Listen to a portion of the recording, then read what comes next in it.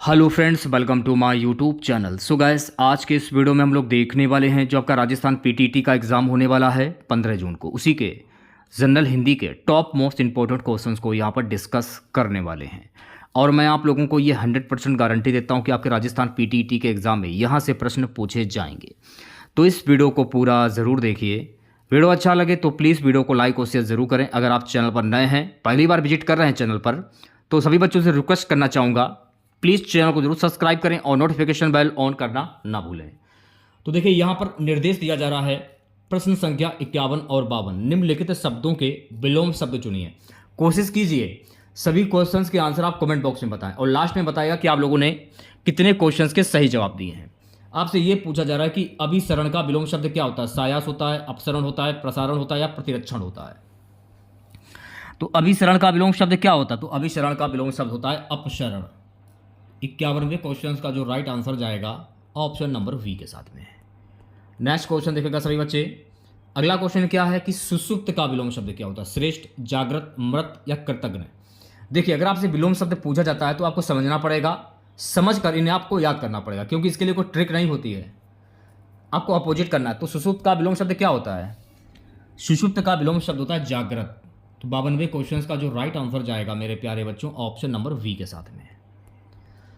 निर्देश प्रश्न संख्या 53 और 54 निम्न वाक्यों में से सही वाक्य चुनिए। अब देखिए, यहां पर आपको सही वाक्य की पहचान करनी है, सोच समझ कर आंसर दीजिएगा। आंसर की अगर मैं बात करूं, आगामी रविवार को वह मुंबई जाएगा, ये आपका वाक्य जो है बिल्कुल सही हो जाएगा। तो ऑप्शन नंबर सी जो है इस क्वेश्चन का करेक्ट आंसर हो जाएगा। ठीक है, नेक्स्ट क्वेश्चन देखेगा। यहां पर भी देखिए, आपको शुद्ध वाक्य की पहचान करनी है। आपकी शंकाओं का समाधान हो जाना चाहिए। ऑप्शन नंबर वी जो है इस क्वेश्चन का करेक्ट आंसर हो जाएगा। ओके, चलिए बढ़ते हैं नेक्स्ट क्वेश्चन की ओर। निर्देश प्रश्न संख्या 55 और 56 निम्नलिखित वाक्यांशों के लिए एक शब्द चुनिए।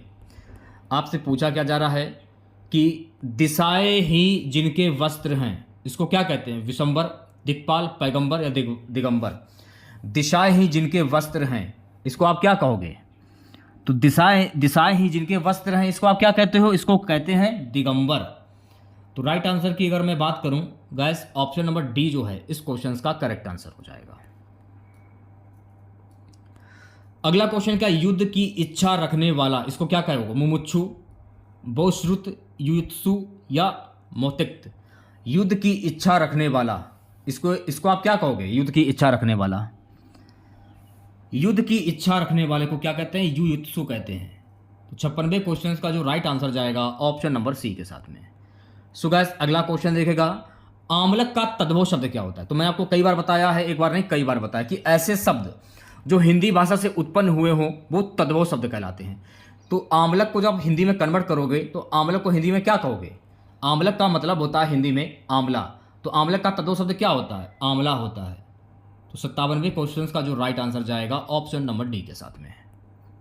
प्यारे बच्चों, अगला क्वेश्चन देखेगा, तिनका का तत्सम शब्द क्या होता है? यानी ऐसे शब्द जो संस्कृत भाषा से उत्पन्न हुए हो वो तत्सम शब्द कहलाते हैं। तो तिनका को जब आप संस्कृत में कन्वर्ट करोगे, वैसे तिनका तो ये हिंदी भाषा का शब्द है, लेकिन जब आप इसे संस्कृत में कन्वर्ट करोगे तो इसका तत्सम शब्द क्या बनेगा? इसका तत्सम शब्द बन जाएगा तृण। 58वें क्वेश्चन का जो राइट आंसर जाएगा ऑप्शन नंबर ए के साथ में। सो गाइस, अगला क्वेश्चन देखेगा, विशेषण की विशेषता बताने वाले जो शब्द हैं ये क्या कहलाते हैं? क्रिया, प्राविशेषण, विशेष या सर्वनाम। विशेषण की विशेषता बताने वाले शब्द कहलाते हैं प्राविशेषण। 59वें क्वेश्चन का जो राइट आंसर जाएगा ऑप्शन नंबर वी के साथ में। चलिए बढ़ते हैं नेक्स्ट क्वेश्चन की और अगला क्वेश्चन देखेगा सभी बच्चे। परिश्रमी शब्द में कौन से विशेषण का बोध होता है? संख्यावाचक, परिमाणवाचक या गुणवाचक। परिश्रमी शब्द में कौन से विशेषण का बोध होता है? गुणवाचक। तो राइट आंसर की अगर मैं बात करूं, ऑप्शन नंबर डी जो है गाइस इस क्वेश्चन का करेक्ट आंसर हो जाएगा। आप लोग सरल शब्दों में समझ लीजिए गुणवाचक विशेषण को। जो शब्द किसी वस्तु या व्यक्ति के रूप या गुण या रंग संबंधी विशेषता को प्रकट करते हैं उन्हें गुणवाचक विशेषण कहते हैं। तो ये पॉइंट आपको ध्यान में रखना है, जैसे मोटा, लंबा, काला, हरा, बुरा इत्यादि। अरे बच्चों, अगला क्वेश्चन देखिएगा, मंदिर का पर्यायवाची शब्द क्या होता है? मंदिर का पर्यायवाची शब्द जल्दी से आंसर दीजिए। देवग्रह, परमधाम, निर्वाण या परमपद। मंदिर का पर्यायवाची शब्द क्या होता है? तो मंदिर का पर्यायवाची शब्द होता है देवग्रह। तो राइट आंसर की अगर मैं बात करूं, ऑप्शन नंबर ए जो है इस क्वेश्चन का करेक्ट आंसर। मान लीजिए ऑप्शंस में देवस्थान, देवालय, पूजन स्थल, उपासना ग्रह, ठाकुर द्वारा, शिवालय, ये सभी शब्द जो है ना ये मंदिर के पर्यायवाची शब्द होते हैं। तो ये भी आपको ध्यान में रखना है। चलिए बढ़ते हैं नेक्स्ट क्वेश्चन की ओर। अगला क्वेश्चन देखेगा। अगला क्वेश्चन क्या है कि तृष्णा का पर्यायवाची शब्द क्या होता है? मकरंद, सहचर, रसिका या लिप्सा। तृष्णा का पर्यायवाची शब्द क्या होता है? तो तृष्णा का पर्यायवाची शब्द होता है मेरे प्यारे बच्चों लिप्सा। तो 62वें क्वेश्चन का जो राइट आंसर जाएगा ऑप्शन नंबर डी के साथ में।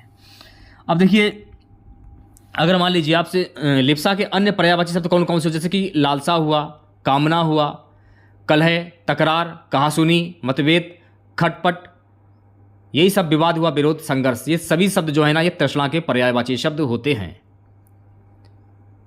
वैसे तृष्णा के पर्यायवाची शब्द लालसा, कामना, प्यास, लोभ, अभिलाषा, इच्छा, ये जो मैंने आपको बताए हैं, कलह, तकरार, कहासुनी, ये झगड़ने के पर्यायवाची शब्द होते हैं। लिप्सा के नहीं होते हैं।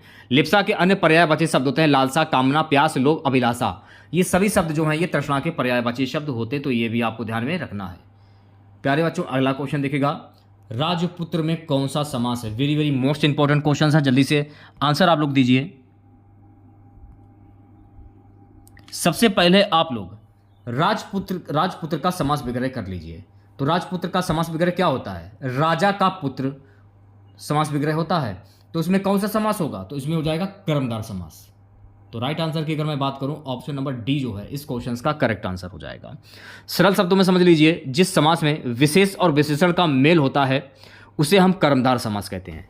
जैसे कि राजा का पुत्र, यहां पर देखिए विशेष और विशेषण का जो मेल हो रहा है साफ साफ दिखाई दे रहा है, इसलिए यहां पर कर्मधार समास हो जाएगा। अगला क्वेश्चन देखिएगा सभी बच्चे। सच्चिदानंद शब्द का संधि विच्छेद क्या होता है?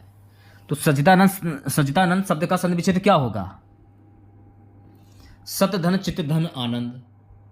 तो ऑप्शन नंबर ए जो है इस क्वेश्चन का करेक्ट आंसर हो जाएगा। अगर आप लोगों से यह पूछ लिया जाए कि सच्चिदानंद में प्रयुक्त संधि कौन सी होगी, क्योंकि यहां पर हो जाएगी व्यंजन संधि, क्यों होगी वो भी जान लीजिए। तो ता में आपको हलंत दिख रहा होगा, इसे पहचान कर आप पहचान सकते हैं कि इसमें व्यंजन संधि है। सबसे मेन कारण है ता में हलंत। जब भी हलंत लगाऊं आंख बंद करके व्यंजन संधि पर आप टिक कर दीजिए बिना सोचे समझे। अगला क्वेश्चन देखेगा। सो गाइस, अगला क्वेश्चन हमारा है कि जुगुप्सा जो है ये किस रस का स्थायी भाव है? जल्दी से आंसर दीजिए सभी बच्चे। जुगुप्सा किस रस का स्थायी भाव होता है? तो देखिए जुगुप्सा जो है ना ये भीपत रस का स्थायी भाव होता है। तो ऑप्शन नंबर सी जो है इस क्वेश्चन का करेक्ट आंसर हो जाएगा। अगर आपसे ये पूछ लिया जाए कि अद्भुत रस का स्थायी भाव क्या होता है, तो अद्भुत रस का स्थायी भाव होता है मेरे प्यारे बच्चों विस्मय। भयानक रस का स्थायी भाव क्या होता है? भय होता है। रौद्र रस का स्थायी भाव क्या होता है? तो मेरे प्यारे बच्चों रौद्र रस का स्थायी भाव होता है क्रोध। तो ये भी फैक्ट आपको ध्यान में रखने हैं, क्योंकि रस से ये मानकर चलिए 1 से 2 प्रश्न जरूर आपके पेपर में पूछे जाएंगे। अगला क्वेश्चन क्या है कि सूरज को दीपक दिखाना का अर्थ क्या होता है? सूरज को दीपक दिखाना, तो सूरज को दीपक दिखाना किसी व्यक्ति की तंच प्रशंसा करना। सूरज को दीपक दिखाना, ऑप्शन नंबर वी जो है गाइस इस क्वेश्चन का करेक्ट आंसर हो जाएगा। देखिए अगर आप लोगों ने मेरी हिंदी की सारी क्लासेस देख ली तो गारंटी दे रहा हूं पीटीटी में आप 50 में 50 बनाकर आओगे। 50 में 50, कोई बड़ी बात नहीं कर रहा हूं। जैसा क्वेश्चन का लेवल मैं आपको करा रहा हूं वैसे ही क्वेश्चन आपके पूछे जाएंगे। पीटीटी की तैयारी मैं आप लोगों को आज से नहीं करा रहा हूं, लगभग 3 से 4 सालों से मैं आपको करा रहा हूं, इसलिए ये बात बोल रहा हूं। पिछली बार बच्चों ने हमारे माध्यम से तैयारी की थी हिंदी की, 50 में 50 बनाकर आए थे, क्योंकि मैं आपको शॉर्ट ट्रिक के माध्यम से क्वेश्चन को सॉल्व करने की कोशिश बताता हूं कि क्वेश्चन के जवाब को कैसे निकालने हैं। जिनमें शॉर्ट ट्रिक लगती है उसमें शॉर्ट ट्रिक बताता हूं, जिनमें नहीं लगता है वो मैं आपको नहीं बताता हूं। चलिए बढ़ते हैं नेक्स्ट क्वेश्चन की ओर। अगला क्वेश्चन देखेगा। निम्नलिखित में से कौन सी द्रविड़ परिवार की भाषा है? उड़िया, बांग्ला, असमिया या कन्नड़? कौन सी द्रविड़ परिवार की भाषा, ये आपसे पूछा जा रहा है। तो कन्नड़ जो है ना गाइस ये द्रविड़ परिवार की भाषा है। तो ऑप्शन नंबर डी जो है इस क्वेश्चन का करेक्ट आंसर हो जाएगा। निर्देश प्रश्न संख्या 68 से 69।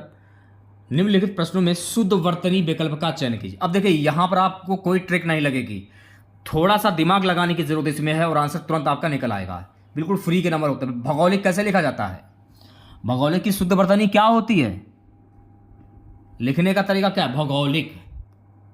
तो 68वें क्वेश्चन का जो राइट आंसर जाएगा ऑप्शन नंबर ए के साथ में। ठीक है, नेक्स्ट क्वेश्चन देखेगा प्रफुल्लित। तो प्रफुल्लित की शुद्ध वर्तनी क्या होगी? प्रफुल्लित की शुद्ध वर्तनी होती है प्रफुल्लित, ऐसे लिखा जाता है। तो 69वें क्वेश्चन का जो राइट आंसर जाएगा ऑप्शन नंबर सी के साथ में। ठीक है, नेक्स्ट क्वेश्चन देखेगा सभी बच्चे। प्रश्न संख्या 70, नीचे दिए गए विकल्पों में से सही विकल्प का चयन कीजिए। क्वेश्चन क्या है कि स्वावलंबन मनुष्य को आत्मनिर्भर ही नहीं बनाता बल्कि उसमें भी जगाता है। विवेक, आत्मविश्वास, परिश्रम या आत्मबल?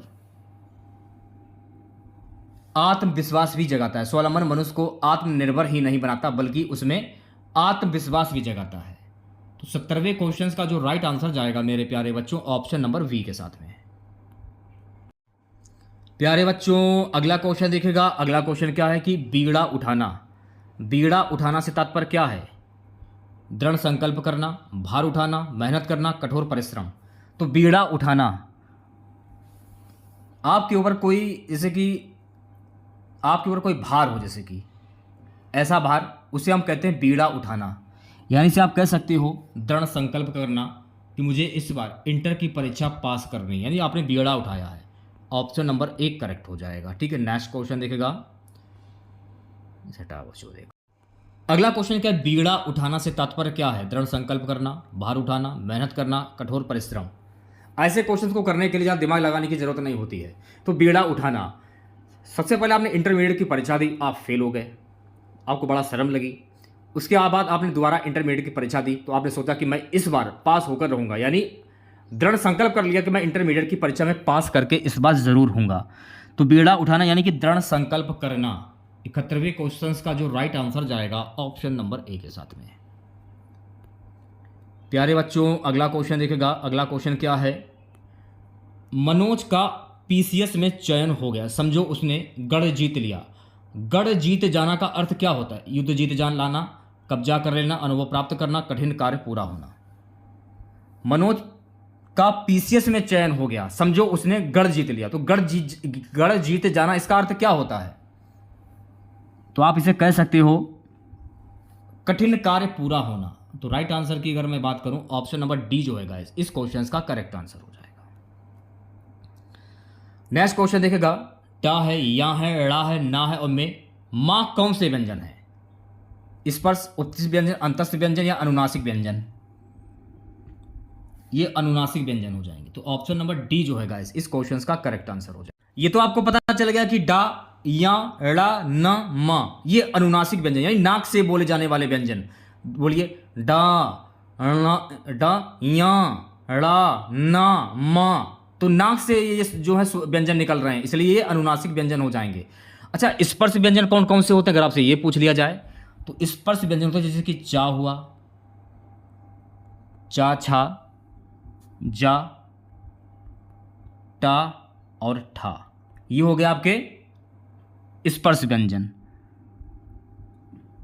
अंतस्थ व्यंजन कौन कौन से होते हैं अगर आपसे ये पूछ लिया जाए तो जैसे कि या हुआ, रा हुआ, ला हो गया और वा हो गया। या, रा, ला, वा ये हो गया आपके अंतस्थ व्यंजन। अगर मैं उत्क्षिप्त व्यंजन की बात करूं तो उत्क्षिप्त व्यंजन कौन से होते हैं? उत्क्षिप्त व्यंजन ऐसा व्यंजन होता है जिसे अचानक मुंह में जीवा या अन्य किसी भाग को सिकोड़कर किसी अन्य भाग की ओर और जोर से फेंका जाए। उदाहरण के लिए जैसे कि डा, डा से डलिया जैसे कि हो गया और ढा से ढक्कन हो गया। ये आपके होते हैं उत्क्षिप्त व्यंजन, तो ये भी आपको ध्यान में रखना है। अनुनासिक व्यंजन मैं आपको बता दें डा, या, ड़ा, ना, मा ये अनुनासिक व्यंजन होते हैं। प्यारे बच्चों अगला क्वेश्चन देखेगा।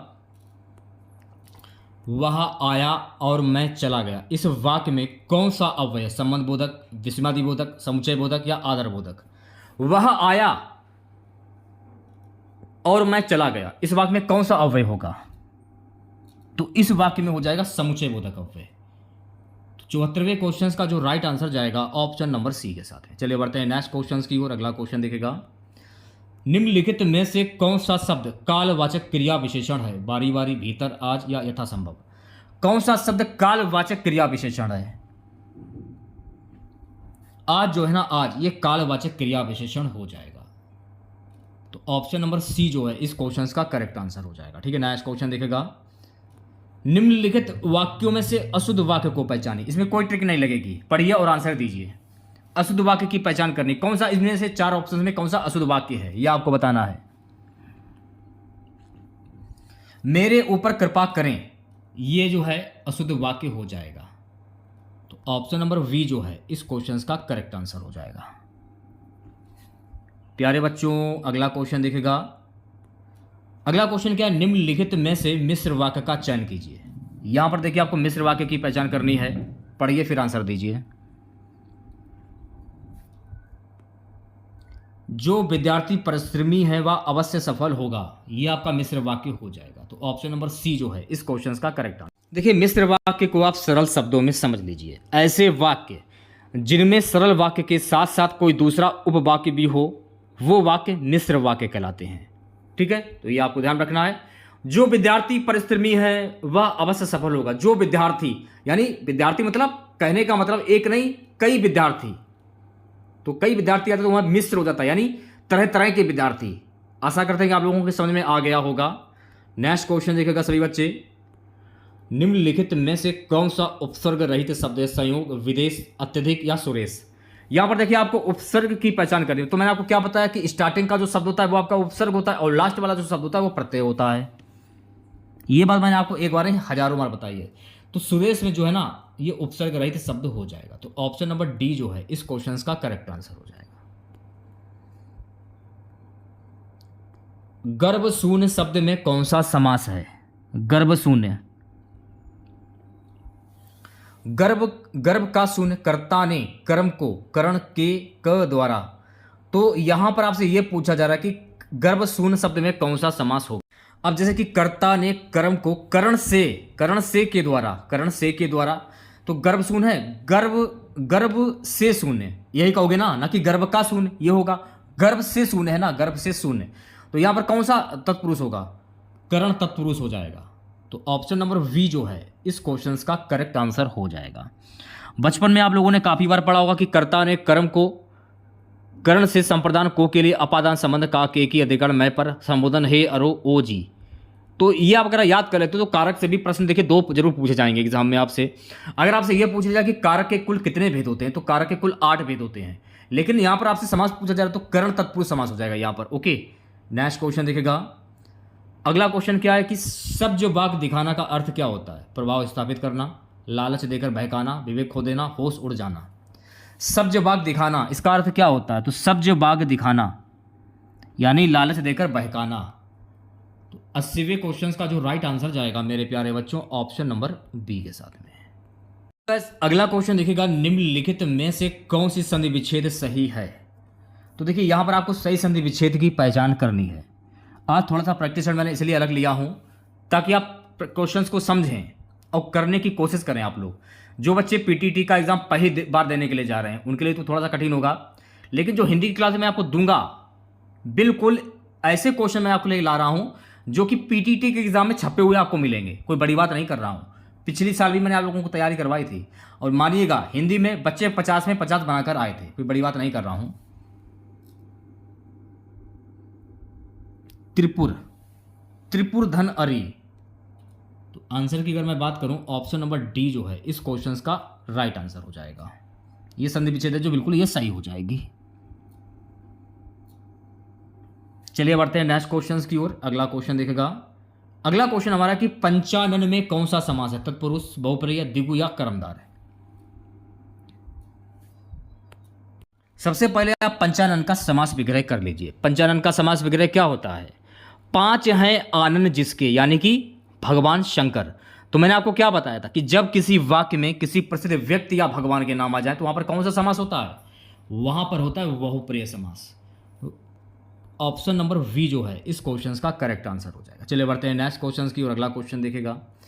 3 तेरह करना, इसका अर्थ क्या होता है। पृथकता की बात करना, जैसे को तैसा, गुस्सा करना, पूरी तरह फट जाना।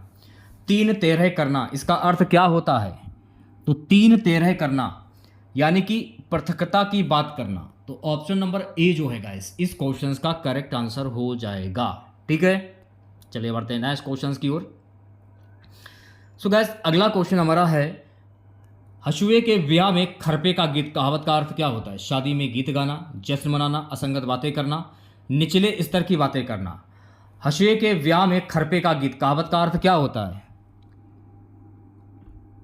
असंगत बातें करना। 84वें क्वेश्चन का जो राइट आंसर जाएगा मेरे प्यारे बच्चों, ऑप्शन नंबर सी के साथ में। ठीक है, नेक्स्ट क्वेश्चन देखेगा, दर्पण का संधि विच्छेद क्या होता है? Very very most important question है ये। दर्पण यानी देवी धन अर्पण, ऑप्शन नंबर वी जो है इस क्वेश्चन का करेक्ट आंसर हो जाएगा। ठीक है, अच्छा अगर आप लोगों से ये पूछ लिया जाए कि दर्पण में प्रयुक्त संधि कौन सी होगी, इसको तो मान लिया जाएगा बड़ी ई और इसको मान लिया जाएगा छोटा आ, तो बड़ी ई प्लस छोटा आ मिलकर क्या बना? तो बड़ी ई प्लस छोटा आ मिलकर बना जाके या, और नियम के अनुसार या किस में आता है? यण स्वर संधि में आता है। तो दर्पण में प्रयुक्त संधि कौन सी होगी? यण स्वर संधि हो जाएगी। तो इस हिसाब से ऑप्शन नंबर वी करेक्ट हो जाएगा। ठीक है, नेक्स्ट क्वेश्चन देखेगा, पुस्तकीय शब्द में प्रत्यय बताए। तो मैंने आपको क्या बताया था कि स्टार्टिंग का जो शब्द होता है वो आपका उपसर्ग होता है और लास्ट वाला जो शब्द होता है वो प्रत्यय होता है। पुस्तकीय ईय ईय बोलने से ही पता चल रहा है, मुंह से जब बोलोगे ना तो समझ में आपके आ जाएगा। तो ऑप्शन नंबर सी जो है गाइस इस क्वेश्चन का करेक्ट आंसर हो जाएगा। देखिए अगर आप लोगों को क्लास वाकई में पसंद आ रही हो तो प्लीज़ मैं आप लोगों से रिक्वेस्ट करना चाहूँगा, सभी बच्चों से प्लीज़ क्लास को लाइक ज़रूर करें और हमारी मेहनत को सफल करें। अगला क्वेश्चन देखिएगा सभी बच्चे, स्वतंत्रता सबको प्यारी होती है, वाक्य के रेखांकित शब्द का संज्ञाभेद क्या होगा? जातिवाचक, भाववाचक, गुणवाचक या इनमें से कोई नहीं? भाववाचक संज्ञा। स्वतंत्रता सबको प्यारी होती है, तो ऑप्शन नंबर वी जो है इस क्वेश्चन का राइट आंसर हो जाएगा। भाववाचक संज्ञा को सरल शब्दों में समझ लीजिए, किसी भाव, गुण, दशा आदि का ज्ञान कराने वाले शब्द जो हैं वो भाववाचक संज्ञा शब्द कहलाते हैं। तो ये आपको ध्यान में रखना है। चलिए बढ़ते हैं नेक्स्ट क्वेश्चन की ओर। प्यारे बच्चों अगला क्वेश्चन देखिएगा, मुझे किस प्रकार का सर्वनाम है? उत्तम पुरुष, मध्यम पुरुष, अन्य पुरुष, इनमें से कोई नहीं। मुझे किस प्रकार का सर्वनाम है?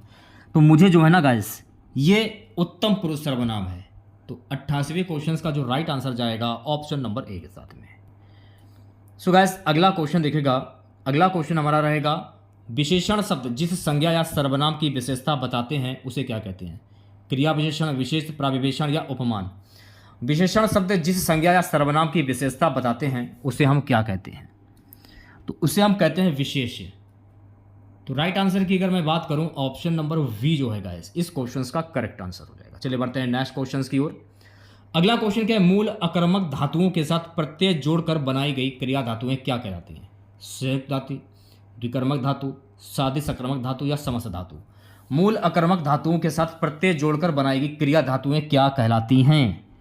सो गाइस ये कहलाती हैं साधित सकर्मक धातु।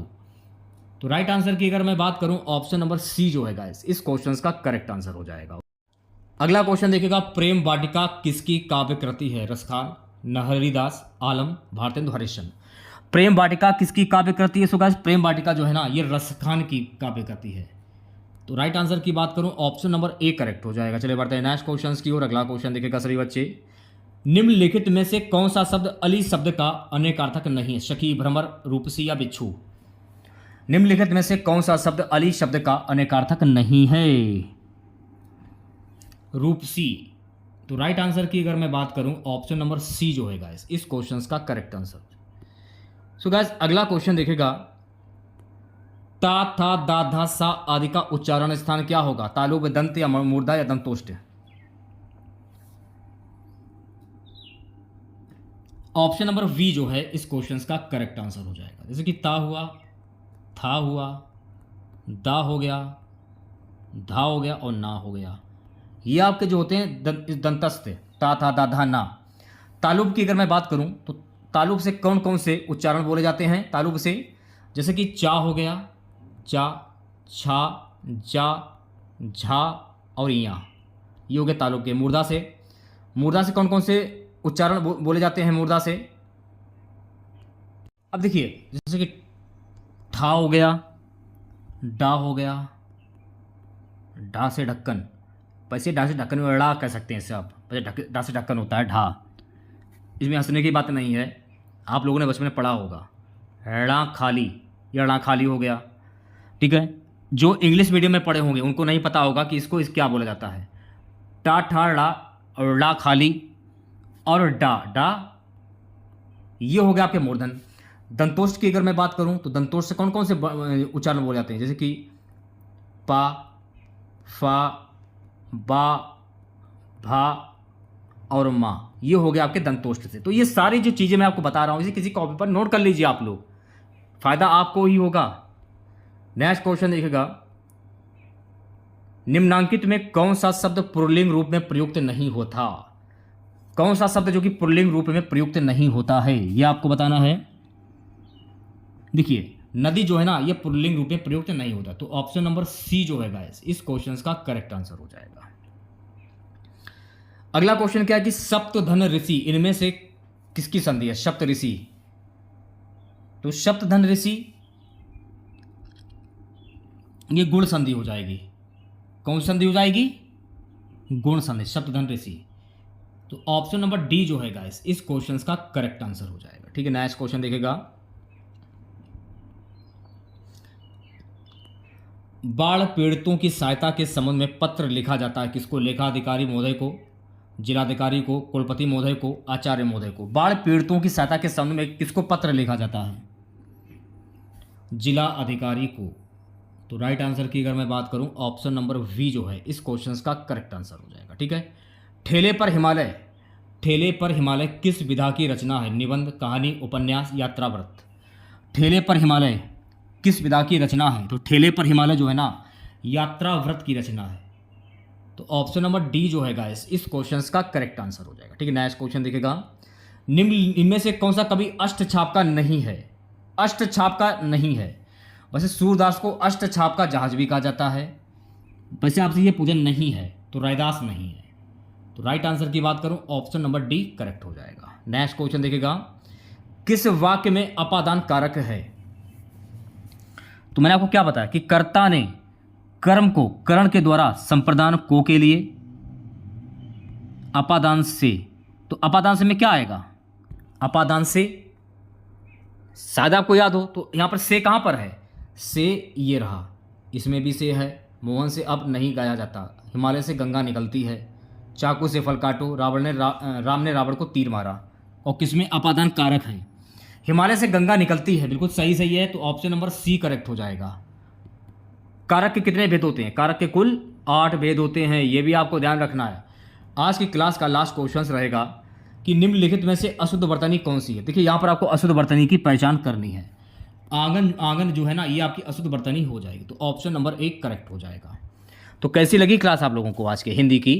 तो अगर आप लोगों को आज की ये क्लास वाकई में पसंद आई हो तो प्लीज़ क्लास को लाइक कीजिएगा, शेयर कीजिएगा। अगर आप चैनल पर नए हैं और आप लोगों ने अभी तक चैनल को सब्सक्राइब नहीं किया है तो मैं आप लोगों से रिक्वेस्ट करना चाहूँगा, प्लीज़ चैनल को जरूर सब्सक्राइब करें और नोटिफिकेशन बेल ऑन करना ना भूलें। मिलते हैं नेक्स्ट वीडियो के साथ। जय हिंद, जय भारत।